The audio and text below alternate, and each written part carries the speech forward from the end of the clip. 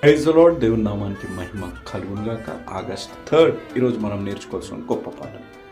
ప్రతి మానవుడి జీవితంలో ఏదో ఒక కష్టం, హృదయం విరిగి నలిగిపోయిన పరిస్థితులే. ప్రాముఖ్యంగా ఈ జనరేషన్లో నేను చెప్పే మాట, ప్రతి భర్త, ప్రతి భార్య, ప్రతి కుటుంబ సభ్యుడు తెలుసుకోవాల్సింది ఏంటిదనగా, పైకి చిరునవ్వుతూ ఉండొచ్చు, పైకి మనము తీసుకున్న బాధ్యతలు నెరవేర్చే పరిస్థితుల్లో మనం ఉండొచ్చు, కానీ హృదయ అంతరంగంలో చాలామంది విరిగిపోయిన పరిస్థితులు ఉన్నారు. మరణం ఎప్పుడొస్తే బాగుంటుంది అనే పరిస్థితులు ఉన్నారు. ఈ పైన ఉన్న వీడియో చూడండి, దీన్ని కెటిల్ అంటారు, నీళ్లు వేడి చేస్తారు. అది విరిగిపోయినా తన బాధ్యతను తను నెరవేరుస్తుంది. ఈరోజు తమ్ముడు, చెల్లెమ్మ, అక్కయ్య, అన్నయ్య, అంకుల్, ఆంటీ, మీ జీవితాల్లో ఉన్న మనుషులు ఇలాంటి పరిస్థితుల్లో ఉన్నారు. కొంచెం జాగ్రత్త, ప్రేమ చూపెట్టండి. వారి జీవితాల్లో కూర్చోండి, వారిని అడగండి.